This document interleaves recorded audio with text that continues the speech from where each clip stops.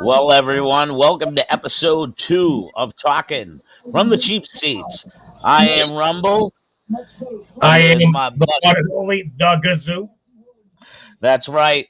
And tonight, if you're listening to us live through Facebook, Twitch, and or YouTube, you're probably watching the demise of Game 5 for the Boston Celtics if you're in the Boston area.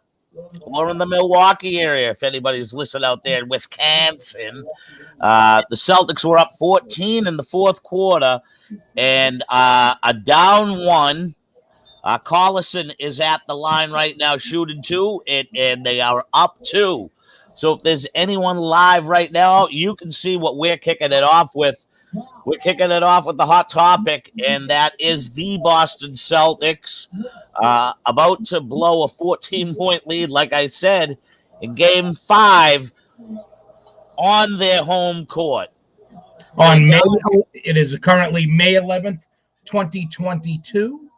And yeah, this is And Marcus Smart once again loses the ball. Yep. So that's how it rolls, brother. So let's start that conversation right there. What is now? Let's go on a quick statistical note. What I'm seeing, 85% of the teams that win Game 5 go on to win the game. Go on to win the series. Exactly. Yep. And now the Celtics have to go into Milwaukee, where they have struggled, where they will not get the calls, where they will have probably more calls called against them, and have to pull one out. And no offense, but once again, Marcus Smart. He either gets it or he kills you. I don't think he was rowing the boat in the fourth quarter, my friend. No. Jason Tatum looked to me like he had the hot hand. And Jaylen Brown had the hot hand in the third. Yes. Tecumpo, I mean, when you got a guy, they scored 107 points. Tecumpo, Giannis scored 40 points. That's basically 40, a high 30, like this, to get technical, 38% of their offensive scoring came from one guy. Matt, you know what I mean? You can tell what the Celtics thought they could do is just let Giannis go off and then beat the team the rest of the way. Well, they didn't account for the kid there who had the other hot hand tonight. What the hell is his name? I'm drawing a mind blank. The kid that was hitting the threes all night. Yep, you had Collison came out there, who's a former from Massachusetts. Yeah, wasn't Collison. No. It's the black kid that with the dreads. Yeah, I know. Tonight, Holiday had a hot hand. That's what it was. Drew Holiday. Yeah, so right there, that's what killed you tonight, and you got. Not for nothing, he's the one that made the steal at the end of the game. On Marcus Smart. On Marcus Smart. Yeah. You know, I'm going to go on record. It's May 11th. Two in a row. He made the stop on the drive, and then after the free throws, Smart dribbles the ball up the court, and they put pressure on at the line, and Holiday picks his pockets again. So whose fault is that? At the end of the day, who do you have to blame? The head coach. Because he entrusted Smart, knowing that that's not the guy who I want the ball. I don't want the ball in his hands. Where was Jaylen Brown? Why was it in Jaylen Brown's hands? Why wasn't it in Derek White's hands? Or Derek White, exactly. So, you know what? The Celtics have no one to blame, and I believe when we speak again next week, the Celtics will not be in the championship. I'm going to go on right here, right now. I'm not being a pessimist. I do not believe the Celtics have what it takes to beat Milwaukee 2 games in a row, one having to be in Milwaukee. They got beat at their own game, outscoring in the fourth. Yep. So, I myself, I'll put it to you this way. If Middleton comes back, and at the same time next week, I'm just going to say I give it a 75% chance that you could be right. Okay. I am still hoping. Put it this way: the mark of real champions can go on the road and pull one out of their ass. I agree, and And they have one in Milwaukee, but I think you're going to be and dealing with the if this is the way I game. look at it, if Middleton doesn't come back, I I think on a regular night, other people performed for Milwaukee tonight, Yeah, but and they came up big. I'm just gonna say this: I'm a pessimist on believing that Milwaukee can do that for 2 more games. I don't know, brother. It's the NBA. We know Exactly, we playoff know how, basketball but we know how calls go in the NBA, especially for a team that's the defending champs. That's like champions. Milwaukee. Yep, In Milwaukee, exactly. it's one of the worst. It's one of the worst attempted to be hidden friggin' things in the world. But everyone knows the NBA games are rigged, at least to a point. To a point where it's the players still have to get the outcome, but the referees definitively will call a game a certain way because the NBA wants it called that way.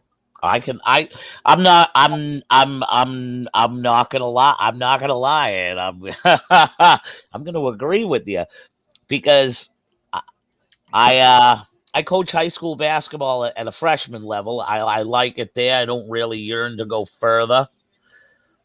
Uh, and I have seen many a times that officials put it a certain way. Of course they do. And they And do they it at the dictate. college level, and It's they do whether it or at the not NBA the level. other team or your team can capitalize on their help. Yeah. Sometimes referees can help you out as much as they want, but if Yep. your team really can, it can work that way in hockey too. It does work Missing that a way in hit hockey. And here, missing a we'll get into hit that when we talk there. NHL. You know what I'm saying? Mhm. So let's just be realists here. In every sport, referees can do whatever they want. It takes the team to be able to come through with doing the task at hand. Yep. I just In think that football, yep. I would say in football, the referees can really put a rig their way because it's a penalty, and there's and the way of the challenge system, you know.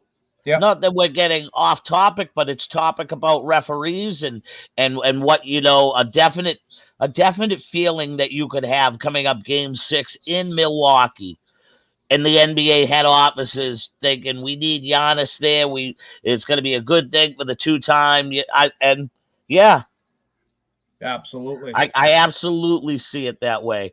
Just like I believe it was the Super Bowl this year where the referees all of a sudden came into play to come up with the holding penalties towards the end of that game that were bogus, totally bogus. So yeah, referees, Capelli referees, the Gazoo referees come into a huge part of the Absolutely. game. You I'm gonna know, give you. I'm gonna give you a. I'm gonna give you a referee decision, and you're gonna have to agree with me on this one. And it played a major role in the beginning of a dynasty, the Tuck Rule game, to which Tom Brady himself has even said it might have been a fumble. The Tuck Rule game. I They had, believe in old school football. That's definitely would have been a fumble. absolutely Yes. would have been a fumble. I think Brady was able to sell it with the fact that his arm was going forward. That's Yeah.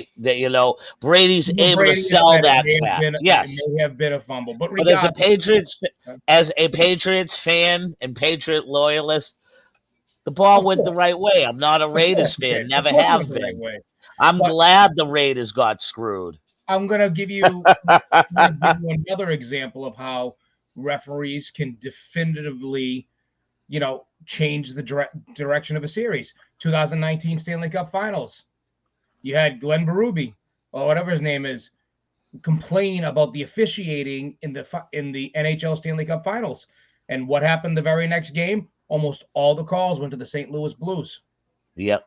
And it ultimately led to a game 7 and ultimately led to an unfortunate loss by the Boston Bruins that I had a witness sitting in the 7th row.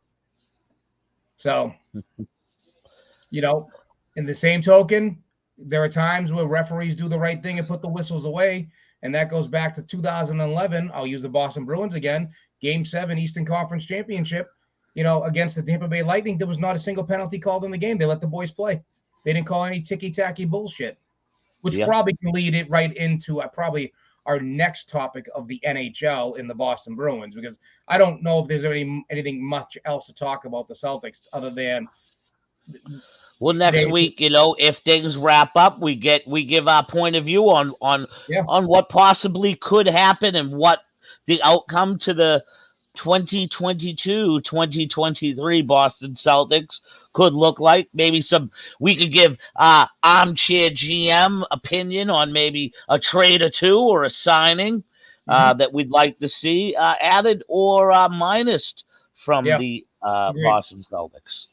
So jumping into the NHL, I'm a firm believer that as of tomorrow night, which would be February 12th, May 12th, I do believe the Boston Bruins will win at the Garden and force a Game 7. That's the NHL. That's how it's done. Do I think the Boston Bruins have what it takes right now? No. And I'm a diehard Bruins guy. They're just getting outskated. They have legitimately right now the biggest glaring problem with the Boston Bruins, and I'm going to say it, and it's not officiating. I know a lot of people are going to say, bad calls, and yes, I am a firm believer that there have been some terrible calls. Just last night's game, you know, Jay, you watch hockey. In every hockey game across the NHL, every game, and I mean every game, from the first preseason game to the Stanley Cup, the last game of the Stanley Cup, there's always scrums after the play. There's always a scrum after a goalie ties it up. The fact that a referee called a tacky, bullshit call on Derek Forbort last night when the other guy also had hit and threw punches and he only called one, I'm not going to say that was the reason the Bruins lost. The Bruins lost because they got outclassed, outplayed, outmanned. They just didn't show the fuck up last night. But I will say it didn't help when you have a referee making a ticky-tacky bullshit call leading to a power play, which led to a subsequent power play goal. The biggest glaring problem that I'm noticing is the Bruins have truly, at this point right now, 1.5 defensemen actually showing up to play. And the one is McAvoy, the half is Connor Clifton. Your biggest problem right now is you have a 6'6", 240-pound defenseman named Brandon Carlo, who's afraid to hit, who's afraid to play, and cannot clear the puck out of his own zone. And it's hurting the Bruins big time. Then you have the poor man's Torrey Krug in Matt Grzelcyk. I could care less that he is a Boston native, a kid from Charlestown whose father works the Bull Gang. Fact is, Don Sweeney made a terrible decision to let Torrey Krug go, who Torrey Krug was a true second pairing. A true bottom end number 1-2 defenseman, a true number 2 defenseman, without a doubt. Okay, he's definitely a top 4 defenseman, and you let Torrey Krug walk, and you let him go, and because you think you're going to get the same out of Matt Grzelcyk or almost. I'm sorry, Matt Grzelcyk. He wouldn't be on my second line in a beer league hockey league. Sorry, I'm just going to say it how it is. And you got Derek Forbort. Yeah, he's blocking shots, but the reason why he's blocking shots is he can't get back into the play because he's too slow. You got Josh Brown, terrible decision. Mike Riley can't hit. I mean, all he can do is move the puck. And then you have your offense where right now your superstars are just not doing it. Sweeney is out on his ass if the Bruins are ousted in the first round. I think Sweeney's out on his ass if the Bruins don't make it to the Eastern Conference Finals, to be quite honest with you. I don't know who the user is, but I agree without a doubt. But I think they need to get past the next round. What scares me about all that is the guy for the job just took the Montreal job, and Jeff Gordon, former assistant here in Boston. Now he's in Montreal, and I'm not sure who's out there to take that job. And to be quite honest with you, I mean, Sweeney has shown that his failure this year, if the Bruins don't get out of the first round, is his doing. I don't blame Cassidy. I can't. You know, at the end of the day, you can't blame a head coach who gets you over 100 points. I think it's every year he's had the Bruins, except for the first where he took over for Claude For Julien. Claude Julien. He's had 100 points each season. Normally 100 points, Jay, is usually first or second place. No, you don't. Yep. You can see multiple teams with over 100 points. Usually 100 points wins you a division. Yep. Well, you bring up a great point right there, because on today's Toucher and Rich program, Toucher and Rich really are huge backers of Cassidy and saying he's one of the only coaches left in the NHL that's not afraid to call out his players and make them be accountable. I agree. And the reason why I'm a strong advocate on that is the head coach of the baseball team that I coach with, because of where he's been and what he's done career-wise with his coaching ability and coaching jobs and positions that he's had, he is a huge accountability guy.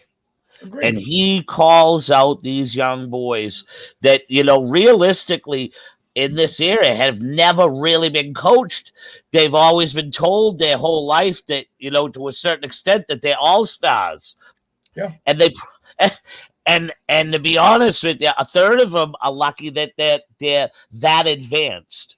Yeah. And we just so happen to live in a good area, and we go and the school I work at, that we're able to cultivate and recruit the best talent in the area. Right. So, but we have no internationals. You and I are both coaches of youth sports, you and I both grew up as athletes and played sports growing up but I have learned to truly believe something, and it's a true statement, and even though it kind of goes against Cassidy, but in a way, it's true. Players win games, coaches lose games, because it's ultimately a coach's job to determine how to fix the game if he can't get the most out of his players. Yeah. Players play the game. Bill Belichick says it all the time. Players play the game, not coaches. Coaches don't play the game. Players play the game. But coaches lose the games.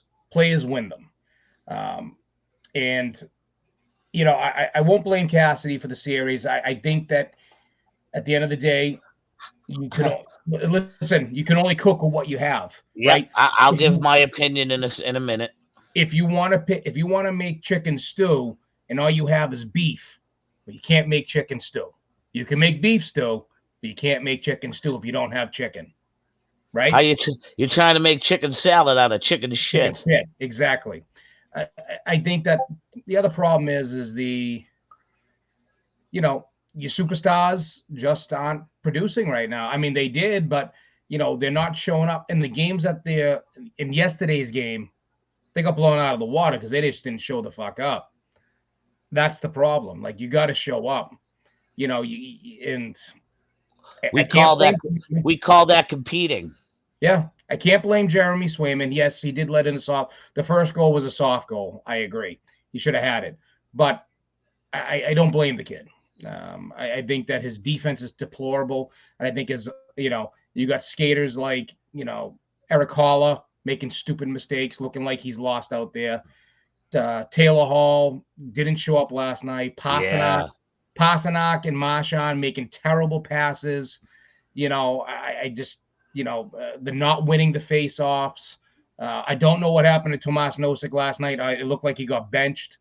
DeBrusque, was really the only one I saw. Him and he was him, Wagner, and Lazar were really the only three skating last night. And you're relying on a guy who doesn't want to be here, who's truly a number 2 or a second or a third line guy at best.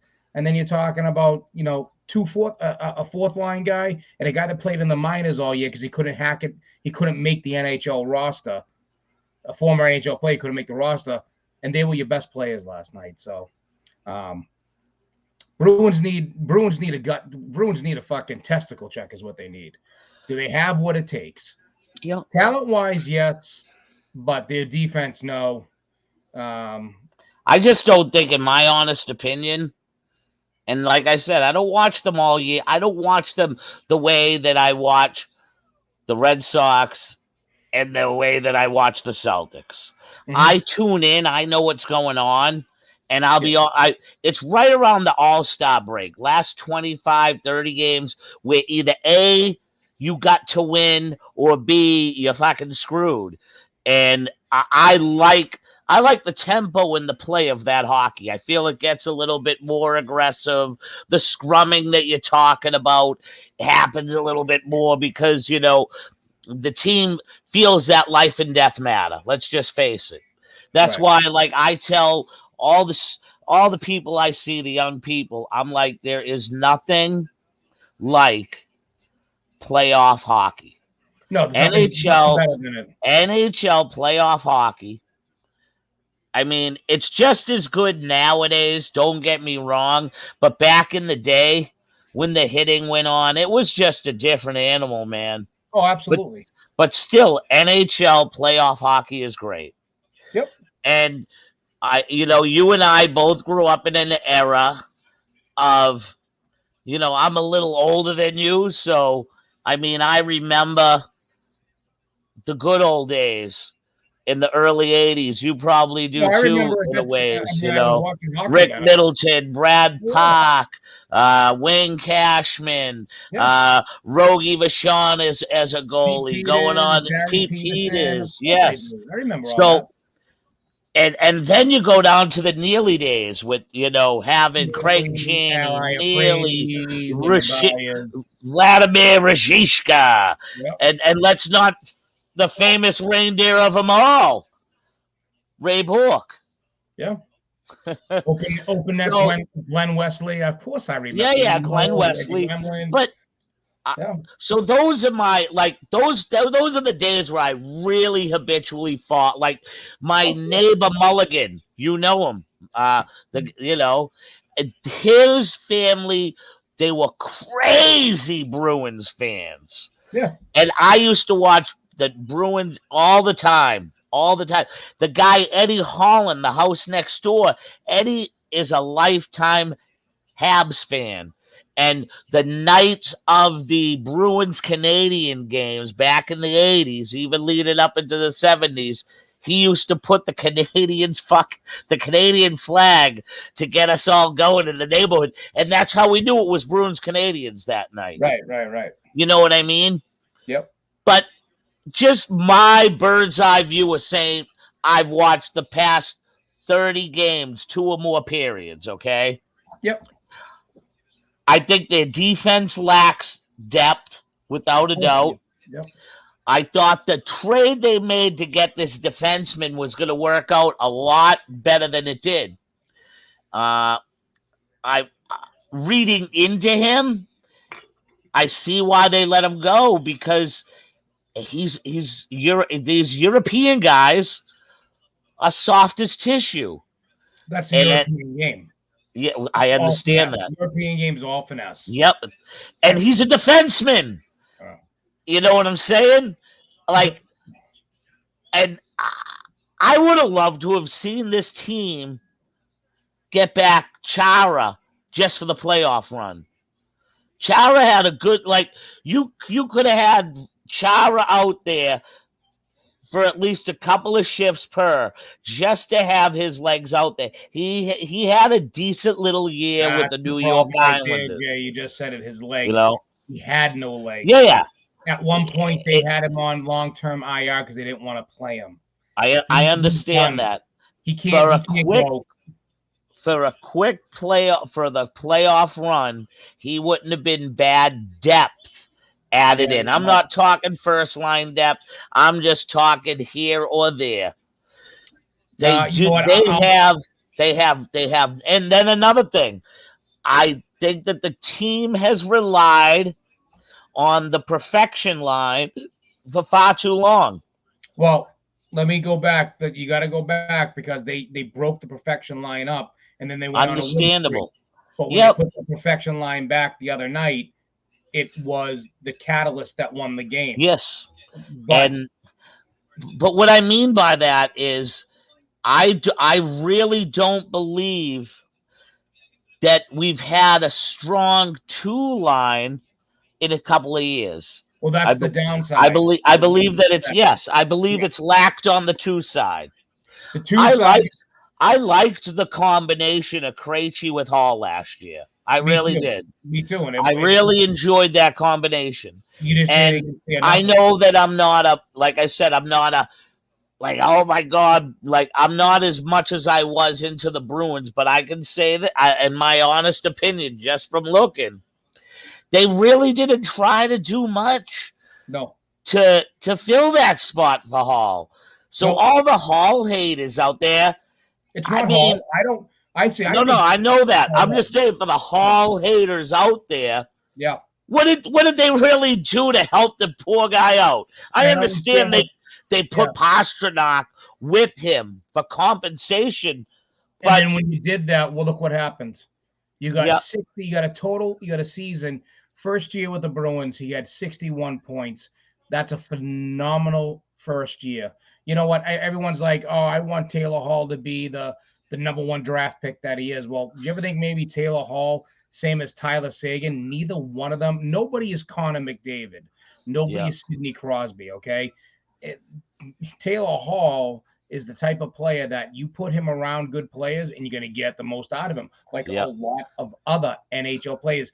You know, Do you I'm think that sorry, that's Jake DeBrusk? If you don't mind, I'm just not to man. cut in. DeBruska's problem is it's I think it's more mental than it is than game. I mean, he's not a true number one. DeBrusk would do great if he was playing his wing with a really good center. DeBrusk might get you 40 or 50 points in a year if he's really good, but he's a very streaky player. He's fast, but DeBrusk likes to party too much, and he likes to be out and be free, and he's got to be in an atmosphere where he can do that. Like I think if DeBrusk, honestly, if he went to the Rangers or the Islanders, he'd probably put up 50 points because the nightlife. He's a nightlife kind of guy. He's affected by what his outside, materials. He's young. In 10 years, he's probably gonna be more like a Bergeron in a way where he's settled down and family and all that. But right now, The he just wants Boston to go play. nightlife ain't good enough for him. I don't know what it is to be. I also don't think he meshes well in Cassidy's system. I think he thinks he's better than what he is. And Cassidy again is the kind of coach, like you said, who'll call a guy out on his bullshit, and he's been called out and he's been sat, and rightfully so. But I don't know. I think the Bruins have a lot. The Bruins are going to have a very interesting and a very important offseason this year, especially if, and I hope it ain't the case, if Patrice Bergeron does retire. You're going to need a true first line, true number one center. You're still going to really need a number two center. You're really going to need another top four defenseman. Yeah. And So I don't want to I don't want to piss you off or have you kick your computer, but you brought up a huge what if that you didn't even know about. I already know about Patrice Bergeron potentially going. His agent is working up in Montreal, and there's a chance he may go to Montreal. I already know all about it. Oh, buddy. I heard about that months ago. I'm not worried about it because I think Bergeron respects the game too much, and I think he's as much as he's a gamer, as much as he's an NHL player, he's a true Boston Bruin, and I think he realizes he's the type of guy that ain't going to cross that line. He ain't going to be a Johnny Damon. I can't say a Johnny Damon, but he ain't going to be that guy that spends his entire career with one team and then goes to the dreaded, rival. No, not Bergeron.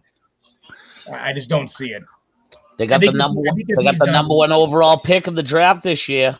I saw that. Yeah, I saw that. And then the Devils got 2, and I think it was Arizona got 3. Arizona might not even be in Arizona by next year. They're not going. Yeah, no, they're not going to be in Quebec yet. Before they can even Quebec, it's going to be tough for them to get a team back in Quebec because the NHL is not so. They don't feel that they could they didn't do well when they were in Quebec 30 years ago before Quebec went to Colorado. So we'll see. The other place would be going back to Hartford, Connecticut. I don't think they would do that because Hartford's too small. It's too small, and it doesn't. I think if they want to go, if there's gonna be a place that they go, if any place they would go, I could see potentially. You could see a team potentially out in Milwaukee. But the other big place I could see would be North Dakota, because North Dakota is a huge hockey hub for college hockey. Yep. You know, you could also, you know what I mean? You could see college, Minnesota could also probably handle a second team as well. I think Wisconsin would be a great place. Wisconsin would be good. Michigan may be another big place. Get down. Come on. What the hell, cat? Sorry. Michigan may be another big place. If anything, though, you'd probably see it potentially in Canada, but I don't know where in Canada. Where else? They're in a fight. They're playing right now. Not even in a or up until the season ended. Was playing in a. I know in an arena that is like not even a college arena to a certain respect. It was a community college. There is another place that you may see a hockey team, and that could be in the Oregon area, Portland, Oregon. Yep. I could see a team up there as well. Now that Seattle has a team, you can see Portland, maybe even Salt Lake City, Utah, yep. Salt Lake, that potentially places that have arenas that can support it. I mean, the fact that Vegas is able to support a hockey team, yep, says a lot. It would likely be a West Coast, some type of the middle of the country to the west, only because they're Arizona, and the reshuffling would be a disaster. I think Wisconsin could. I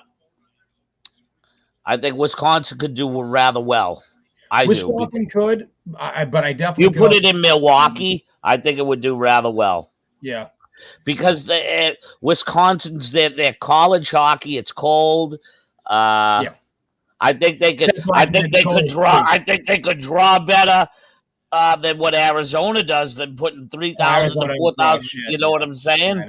Yep. Say if they put them in a 15,000 seat arena, and they draw anywhere from 8,500 to 10,000 fans. That's.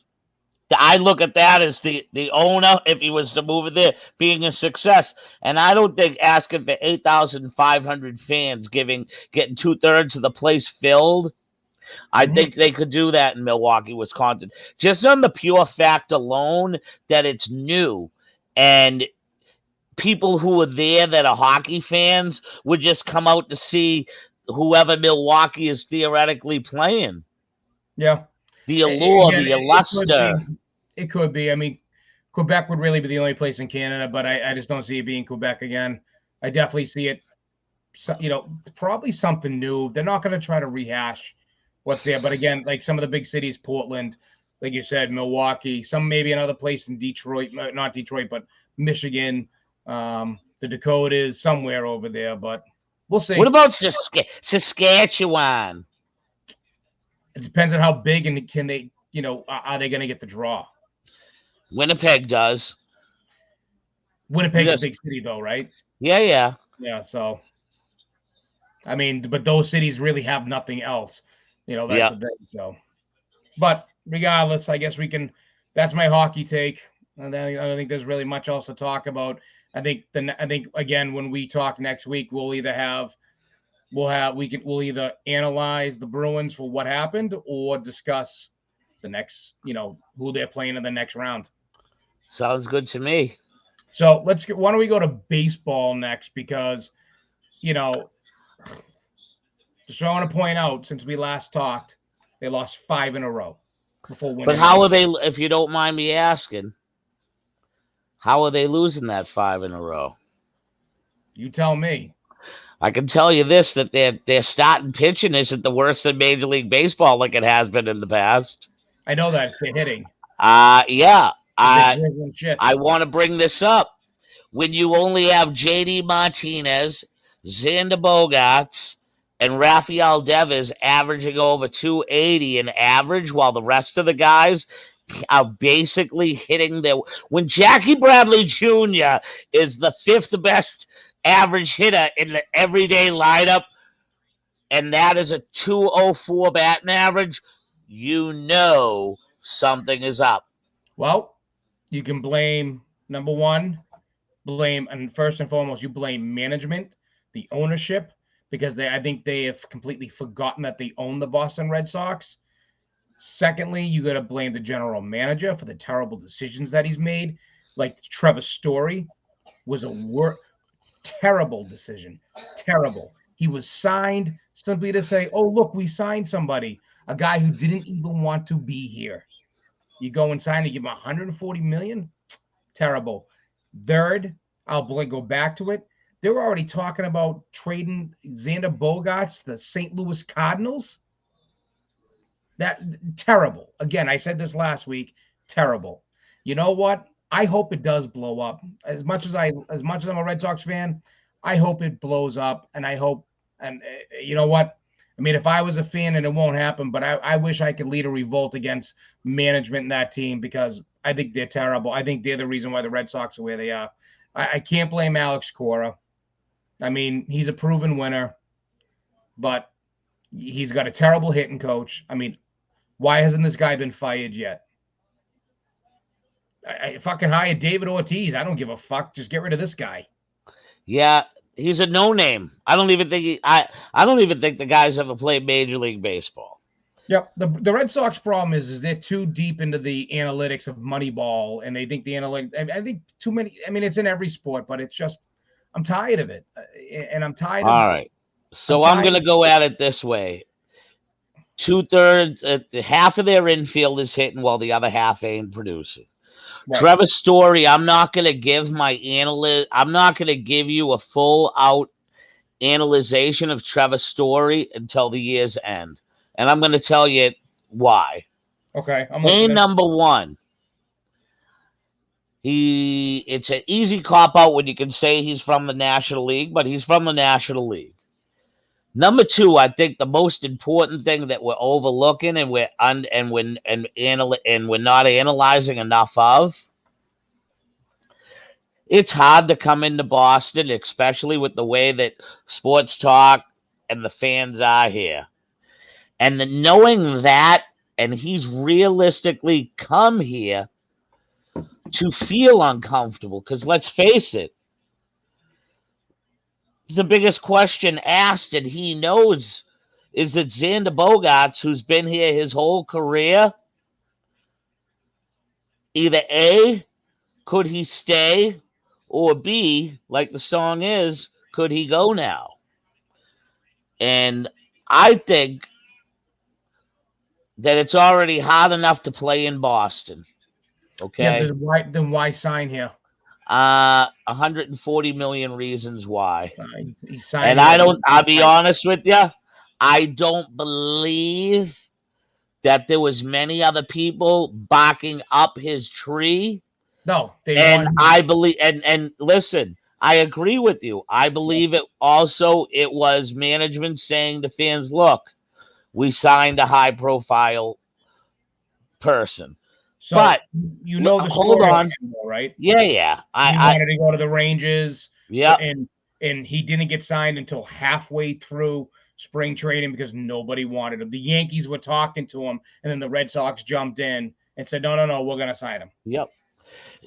But I think the thing that we all fail to understand now, Major League Baseball, $140 million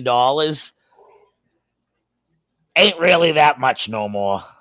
Especially when you guys going out there signing deals for 300 million plus. Because let's face it, Xander Bogaerts, and I think if I was a GM, I'm offering right now because I know he's near. I know he's near his 30-year old. He's approaching 30. Okay. If I was a team, I would give him either a 4 or a 5 year deal, and it would have 2 option years.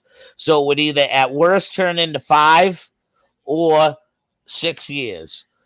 And if he's really that good and he stays healthy, it gives him a chance to sign his last deal, which would probably in 5 to 6 years from now.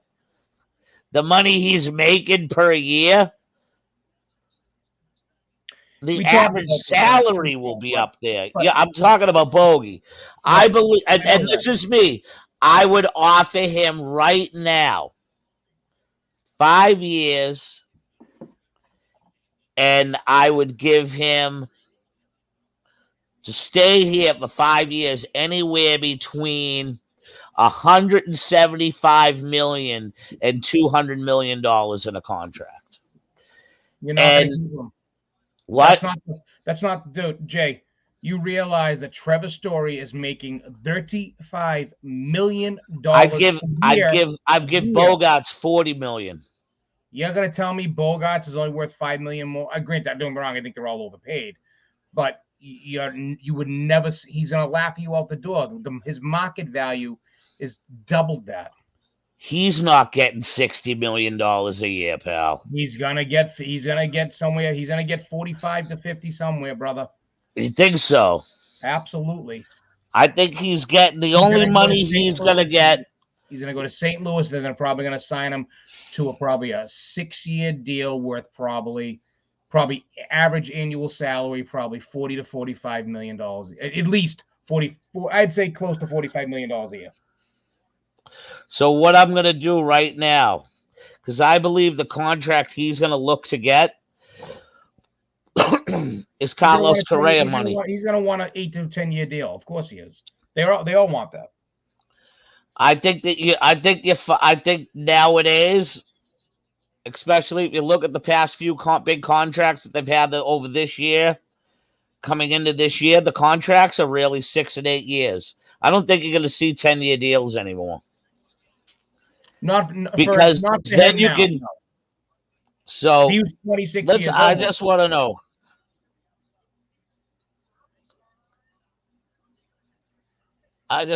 What Carlos Correa. Carlos Correa contract. I just want to figure out. Okay, so he just agreed with the Minnesota Twins. For how much? 105 million. For how many years? I'm poking on it now. Let me see here. Why won't here we go? No more than a 3-year deal, that's for sure.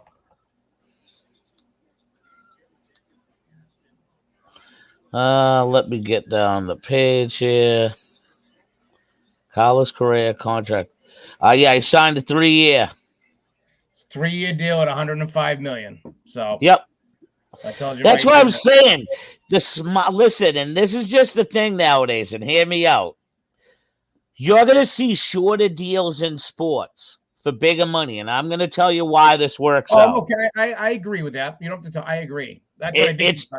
It's because of the way that athletes are able to take care of themselves, that the technology of keeping yourself game ready, and nowadays in sports where you see more guys taking days off. Look at in basketball. I know. You see it in baseball now even more, where guys take maintenance days off. I know. It's happening in sports. Listen, at the end of the day, it goes back to it. The Red Sox are the reason the Red Sox are where they are, and currently sitting 8 games under 500, and second worst record in the American League. Yep. I'm not. Listen, how many games do they play? 82? 82? It's the middle of May. I don't want to hear it either. The Milwaukee Braves, who won the World Series last year, had a worse record than the Red Sox at this time. Braves? I'm sorry. Milwaukee Braves? The Atlanta Braves had a worse record at this time last year than the Red Sox. Yeah, well, You know what? I it's a don't. long season, man. At this time last year, the Red Sox did not start off No, at this hot. time last year, the Red Sox were starting to pull out of They already were. pulling out of What their did they funk. do last night? They came out of their funk. Tonight, when I They're tied tuned three to in, three right they now. were tied 3-3. It's still 3-3 So, to come tonight. you know, I'm not gonna. I'm not going to judge these Red Sox and throw the dirt on them like Tony Maserati does or any of Like the the other Gazoo is Boston doing. sport, like the Gazoo is doing.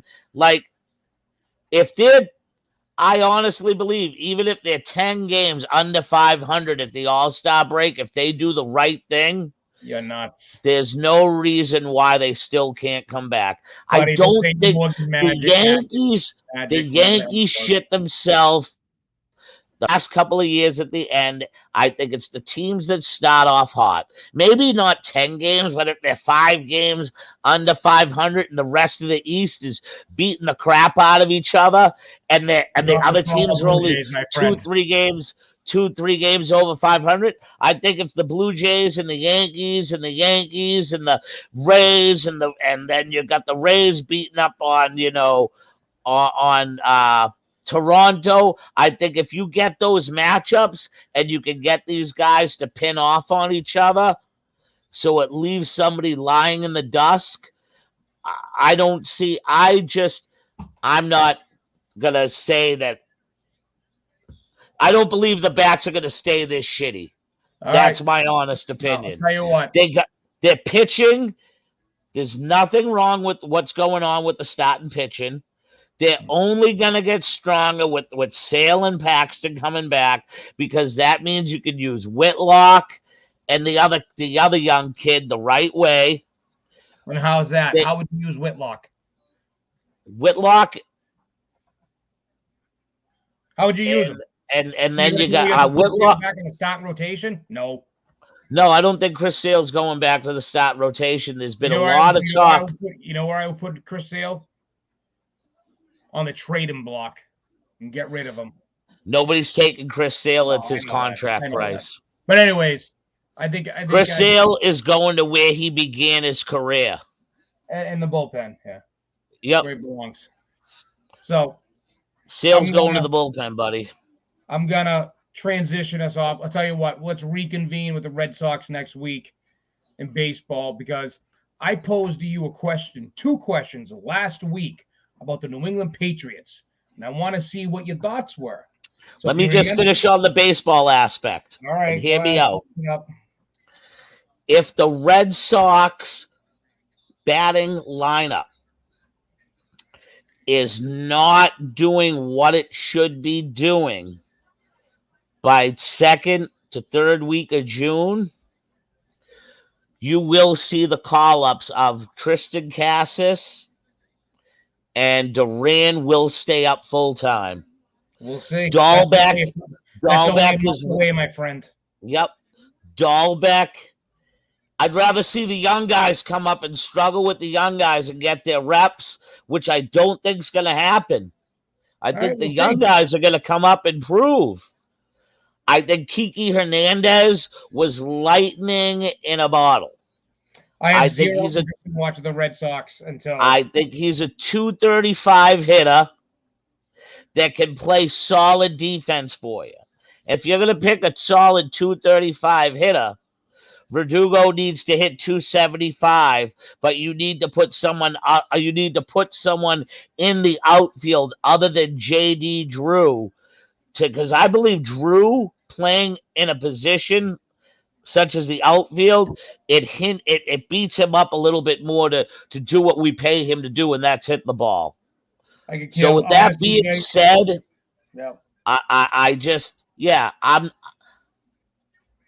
I'm looking at the Red Sox a different way come the second, third week of June.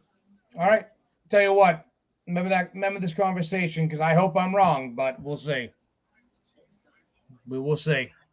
All right. Go ahead. All right. So I posed to you, I gave you kind of a Patriots, I wish I could cue the music, but, one of those conspiracy theories. So we could touch briefly upon it, but the man who just signed a $$75 million 10-year fucking deal to become the NFL 325 million. 325 10-year $325 million deal once he retires to become an analyst. We're talking about the GOAT, Tom Brady. But I had posed to you the question last week, and I said, and I asked you, we know that Tom Brady obviously was let go to go find somebody else, find another team. And we all, many papers and many people here tend to blame Belichick. My question to you was, how much influence actually do you think that Robert Kraft had in that decision? And the reason why I ask you this is because we all know, Robert, nothing is going to happen at the end of the day, especially with a player the caliber of Tom friggin' Brady. This guy was like a son to Robert Kraft. Do you think Robert Kraft was greenlighting, saying it's time for Tom to go? Do you think that Robert Kraft also quietly did not believe Tom Brady could play into his mid-40s? It was willing to let him go. No, I don't. You think that Robert Kraft had nothing to do with Tom Brady? I think that Robert Kraft is a fucking nothing but a great owner, but I believe he's a pushover when it comes to the decision making. See, I'm gonna disagree with you there, because I do not honestly believe, and that's why opinions are like assholes, and everybody got one. And I'm glad I don't live in Russia or any other hereby yet determined communist or socialistic platform country. We're entitled to our opinion. That's why we discuss this. That's why I'm asking you. And no, I think that Robert Kraft loves Tom Brady, and I just believe that Bill Belichick has the Darth Vader effect going on Robert Kraft. I believe it was, if he stays, I go. So let me ask you a question then. If that's the case, if you really truly believe that, don't you think Robert Kraft would have said, okay, Bill, well, thank you for your time. There's the door. No. Because, why not? There were plenty of coaches available in the league. No, listen. And let me just point it out. Over 20 years. Yeah. Hear me out. I'm listening. I'm hearing. Again, this is what. Other than Tom frickin' Landry. Okay, and Don Shula. Yeah. Has there been a coach in not just a 10-year span, but a 20-year span that has been consistently a winner? Do you know that when Tom Landry was fired from the Dallas Cowboys and let go, that he had 20 straight winning seasons as the Dallas Cowboys head coach? That it doesn't mean he made the playoffs 20 straight years, but it means he had a record that was one game better than 500 every single year for 20 years straight. Hey, listen, I get it. But how do you think? I just believe that Belichick has that over Kraft. I believe that Belichick said right to him, for 10 years, I gave you 3. Researched him for 10 years, I gave you another 3. Okay? And I believe he said to him, Tom doesn't make it through the next 10-year plan.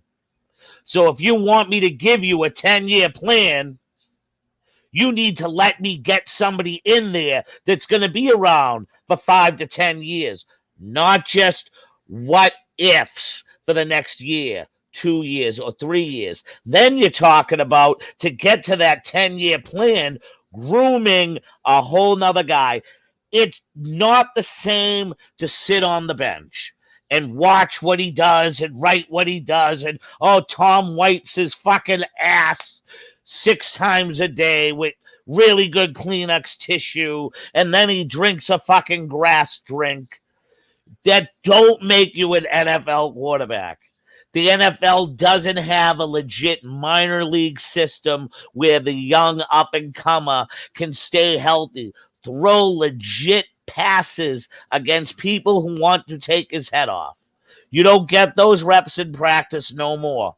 You're not allowed to hit each other after a certain you're point of the making my NFL point, season. though. You ultimately prove my point, because if that's the case, then a guy like Tom Brady has more longevity because he's not getting hit like that in practice. He's not, those things aren't happening to him in practice. I understand that, but he's not. If you figure out the 10-year plan that I'm talking about, but Belichick, he played until he's 50 fucking 2 years old. Hey, but Belichick won't be here for what it was not going to be here for 10 years. He's what, 2 years in? He'd have another 8 years to go. You think Belichick's coaching for 8 more years? No. I think Belichick told him he'd be here for at least 6. And in order for him to be here in those 6, he had to be in control of the guy that was going to be in control of the offense. So that's my opinion. No, that's fair enough. And I'm gonna give you my reasoning why I think otherwise. I think that at the end of the day, Robert Kraft has come out recently and pretty much shown that he's the boss. Even though Belichick runs the team, he's the owner. He's the boss. He signs the checks. And he made that known in a couple of public statements. Recently talking about Belichick being disappointed in the Patriots' lack of winning in the playoffs, being disappointed in their draft making. And I ultimately feel that he has put Belichick on notice. With that said, I do not believe that Robert Kraft would have signed off on Tom Brady leaving the New England Patriots. I personally think that Belichick, and I've seen it happen with what's his face, with Malcolm Butler. I'm telling you right now, there is something else to Malcolm Butler's situation that Belichick is protecting him from. And he says, I'll take the heat for it because I'm Bill Belichick and I can take the heat. Kid, shut your mouth and, go on and do your thing and have a career. And you don't tell anybody the real reason why you were benched for that Super Bowl, because I think it would have been damaging to Malcolm Butler. And I think that in the same token with Robert Kraft, I think Bill Belichick ultimately is going to be the fall guy because he's the coach. But I do believe deep down inside, Robert Kraft had signed off and was okay with Tom Brady moving on, because I do believe Robert Kraft believed the same thing that Bill Belichick did, that Tom Brady did not have what it takes anymore and that nobody could sustain what this kid was doing, and felt this was the time to move on. Yeah. Robert Kraft is a businessman, and at the end of the day, he's going to make what is best for business, especially to grow his business. If he ultimately feels that a product is no longer going to suffice, it's time to move on from that product. Yeah. I think that he made a decision, took a gamble, and he lost. But I do believe, my opinion, is because at the end of the day, he is the boss and he signs the check.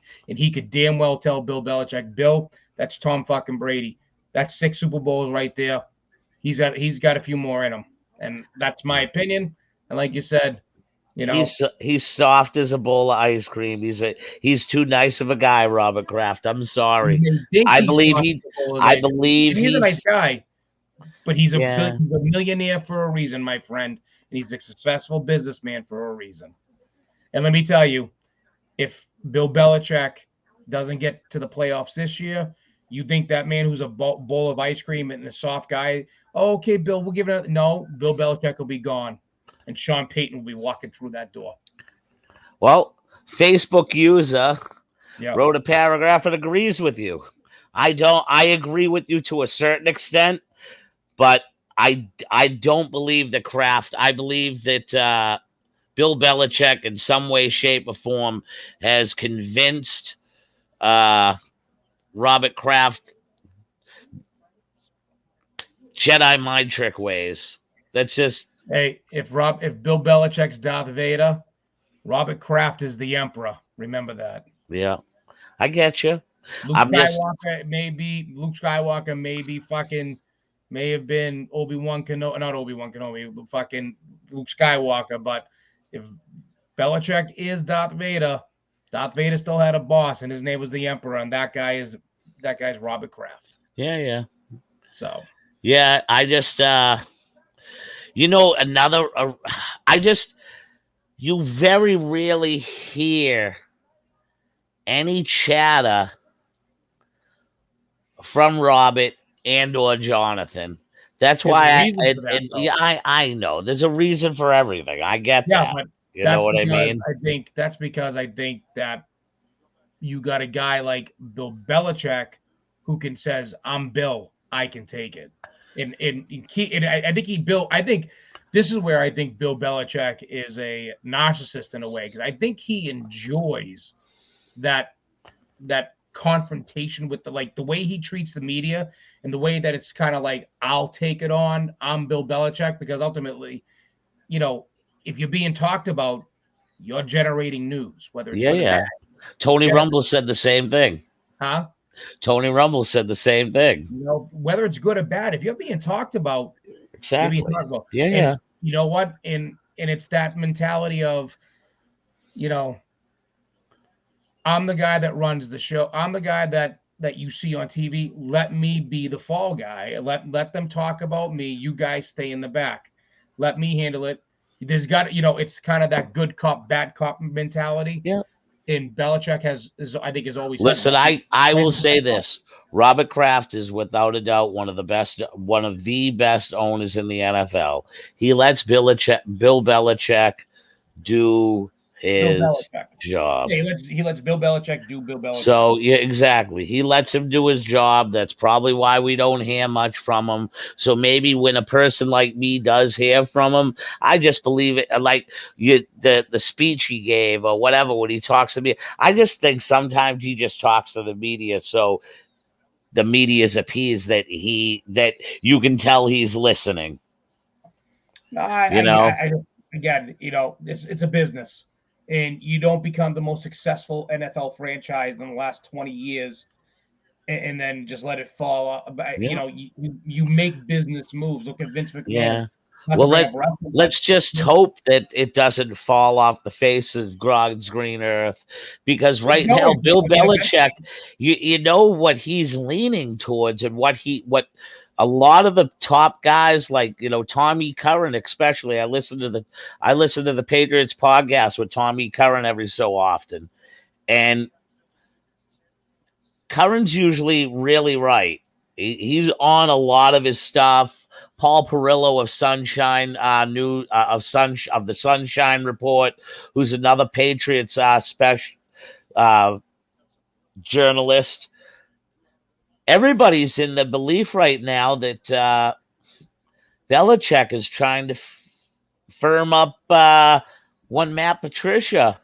yeah, I'm not, and you know what? I think it's a terrible decision. Listen, But I'm yeah, not back. I'm just the Patriot beat writers at times are yeah, I very know. spot on, and Paul Perillo and Tom E. Curran are two of the best and been with the Patriots over 25 years, and they're pretty spot on when You they don't have do to be a talk pro about to it. see that. You can see that any fan can see that that's what they're Yep, trying to do too. So I mean, believe you me, the best thing would be not really the best thing, but if the Patriots got one and bounced in the playoffs or don't make the playoffs, I would really like to see just the start over. yeah, Push the but button now. We talked push the about button. that. But all right, and so let me end it with this: button gets pushed. Who are you bringing in as your head coach? Well, you're probably going to have to, if you're looking to bring in a Sean Payton type of coach, I would honestly have to say you're probably going to have to, you're going to have to do that right away. It's not something that you can just say, hey, let me wait a month into the Oh no, they off would. season. No. I know. That has to be done right away. You know what I mean? But who would you bring in? Would you bring in Sean Payton? Cheap E Curran is good Creepy Curry. as Creepy Curry. long as he doesn't have a female co-host to chase off his show. This Yes. has to be Forbes. But would you bring in, is Sean Payton your next coach? If put it this way, as a GM or an owner, wish list wise, if he's there, why wouldn't you add him? Because here's the difference: if Belichick was gone, you have to hire both a GM and a head coach. Remember, Well, they what don't if Sean? typically have a GM. Okay, what if Sean? Yeah. What Sean Payton was the assistant GM with the Saints? Was he? What if he? What? Yes. So he helped shop for the groceries as Bill Belichick Yeah. as Parcells. Bill Parcells would say, he was able to shop for the groceries. Right. He was able to stock his shelves in his refrigerator. Let me So ask you a if question. Peyton came in with his own guy. Okay. You know what I'm saying? No, I see it. I hear you. Who realistically? Because I'm going to say this: I'd rather keep Bill Belichick for another year. If that was the case, there's really I no would rather. like. I mean, I'm look, no. This is I do not want to take the flavor of the month. I'm oh, it's not I'm play for the sick month. and My point is, tired.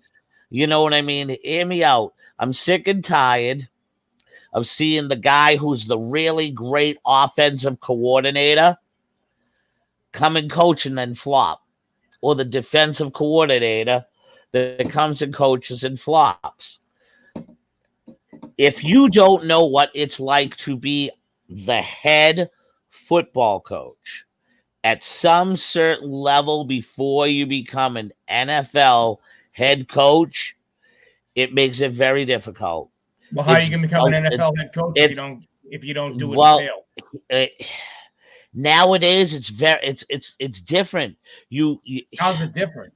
because teams want the quick turnaround nowadays, and they're not so crazy to give you to But you recycle just your said tires right. to But you just recycle them said tires. the good offensive coordinators and then turn around and be terrible and then be a failed coach. The only way you can be a good coach is you have to be a head It's coach. in the NFL. In the NFL here, okay. In the NFL, Patriots need to bring in Marcus Smart. in the NFL, it's a different monster. So I disagree with that. I'd rather see a guy come from a college system, become an Name me NFL one NFL coach coordinator, that has come from the college and made it work. not as a head coach right away. You're not hearing me out. I'd rather see somebody. I'd rather see an assistant who has head coaching experience at some level take over, because it's a different monster to be a head coach, to understand how you have to now work with offensive and defensive No, coordinators, I get and that. you have to understand the way that the plays are called. Like, there's tendencies in the NFL. When a defensive minded coach takes over a team, he really doesn't understand the concept of fourth down. More of those guys, and I know this is a statistical thing, but in the past 20 years, coaches that have taken over as defensive minded coaches have gone for it more on fourth down and field, where offensive guys who have taken over in the NFL as head coaches have proven to be better off not going for it on fourth down, or when they go for it on fourth down, they have a higher success rate because of probably the field position that they have when going for said fourth down opportunities. Listen, If my you whole look point at is it this way, one of the biggest and best offensive coordinators is Eric Bieniemy of the Kansas City Chiefs. Yep. Look at how quickly he has spawned off the radar. Do you know what the biggest thing is? Why he has not been hired as an offensive coordinator? I mean, as a head coach? Nope. Because it's not his offense. It's Andy Reid's offense that he goes and studies. He makes a play sheet. He doesn't even get. Andy Reid calls the first 20 to 30 plays of the game. Eric Bieniemy just signals it in. So when you come to be a head coach in the NFL, if you really haven't had experience calling said plays, it's hard for a guy to adjust to that when you're realistically just an offensive game you coordinate, and he gives everything for Andy Reid to call. Well, So, at the and end of the Andy day, Reid we're not ixnays talking a about lot our of that. enemy. We're talking about we got to go back to I'm circle just back saying to he's a thought is flavor of the month. He's a flavor of the yeah, month. well, a lot of offensive coordinators are, but he's going to be a head coach eventually.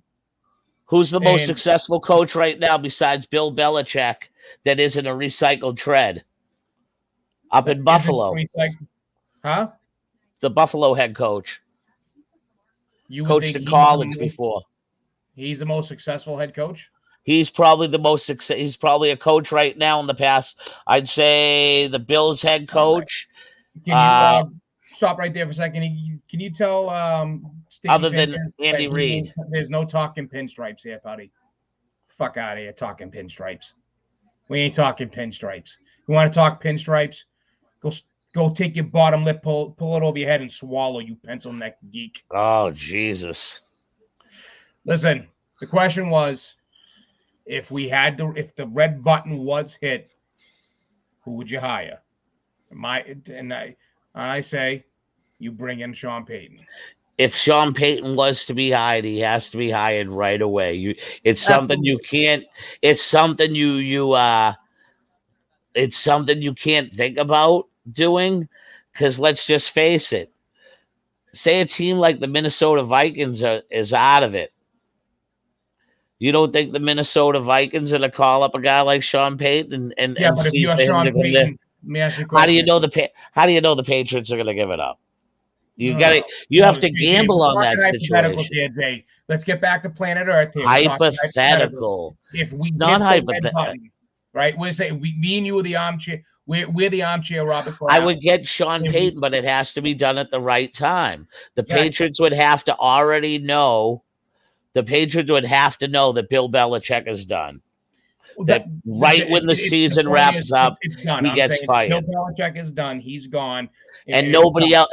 else. And we're the first to be on the chop. We're the first team to chop our head coach. Yes, Yeah. it's Sean Payton. Yeah. Thank you. Because I don't think there's very few teams Sean Payton would go to, and I do think the New England Patriots would be one of them. So That's all. I said it had, like, hypothetically, yeah. Why would that? I'd be a fool not to say he's the best coach available. right. And so, but on the flip side of the coin, the Patriots have to. You like, no matter who it is, has to be out of it, man. You know what I mean? I agree. Well, but I'm Done. not, Over. Finito. Boom, bang, you're fired. See the fuck you later. And here is Sean Payton. You know what I mean? I think we're gonna be in for a very interesting season. The schedule gets released tomorrow. Game 1 is against the Las Vegas Raiders. I'm hearing other. I'm No, hearing. Game 1. That's what I read. A couple people have sources. That's what they're predicting. There's been 3 things said right now that are out there. One is a Monday night matchup against Las Vegas. Yep. 2 is 1:00 against the Jets. And then 3 was in Arizona against the Cardinals. Well, we'll find out tomorrow, and we can discuss it next week. Oh, we'll discuss. There's also being talks that they want to spread the schedule release next year and make it a week-long event. Well, why don't we talk about that next week? So, touching on that, we'll leave it at this. Touching on the Tom Brady signing, a couple of key little facts here and notes. that the money he's making for his 10-year deal, still, if you were to combine Troy Aikman and I Tony know. Romo's I know. salary, I know. he makes more than the both combined. I know. I know. I know. It's And they crazy. have already said that if he does not work out in the booth, they will put him in his own little booth with Yeah, a I know. telestrator I know. I saw on it. the sideline, Yep. and it will be the Brady booth, and he will give you the inside analysis. How much says that Brady just heard he is, ooh, Brady booth. I think, why don't you just put Yeah. me down there on the field? Listen, I don't want to cut you short, but I do got to get going, brother. Yeah, I We hear have you. I got an we have early to get one this rolling. myself, Um. but it's So good talking sports with you.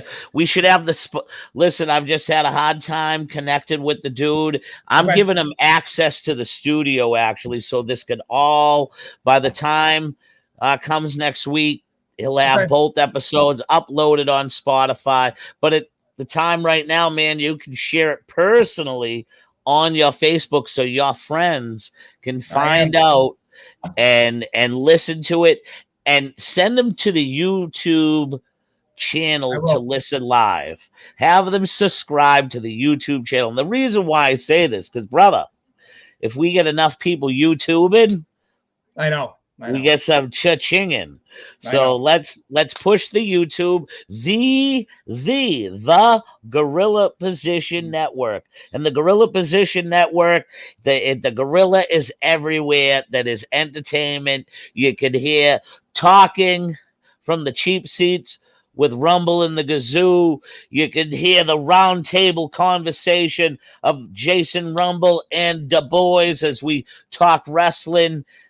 So the Gorilla Position Network itself gives you a lot of great information, great podcast pertaining to the world of sports, not just New England sports, but we do touch base on cool topics from the world of sports. Uh, and we touch on professional wrestling, not on this podcast, but Jason Rumble and Du Bois is a roundtable discussion on Pro Wrestling Weekly. That'll be available also. But if you joined the YouTube page, you can see all our past episodes. And next week, we promote it, but we ain't talked it yet. And I want Save to it till talk what? And I want to talk next week. Just give them 5 minutes of love. The New England Revolution. Deal. I'll have data for you. Listen, I gotta fly. Okay. I am the Gazoo. I am the knowledge. You are I Rumble, am and you are the voice. Rumble, and I don't mumble. And I'm really not all that humble. And I don't want to stumble, but we'll see you on next week, edition 3, talking from the cheap seats. Thanking everyone out in Facebook, YouTube, and Twitch. Join us and subscribe to our YouTube channel, The Gorilla Position Network, and look for us soon to be on Spotify and all the cool streaming networks. Until next week, if we can see you from the cheap seats, we'll probably turn the volume up.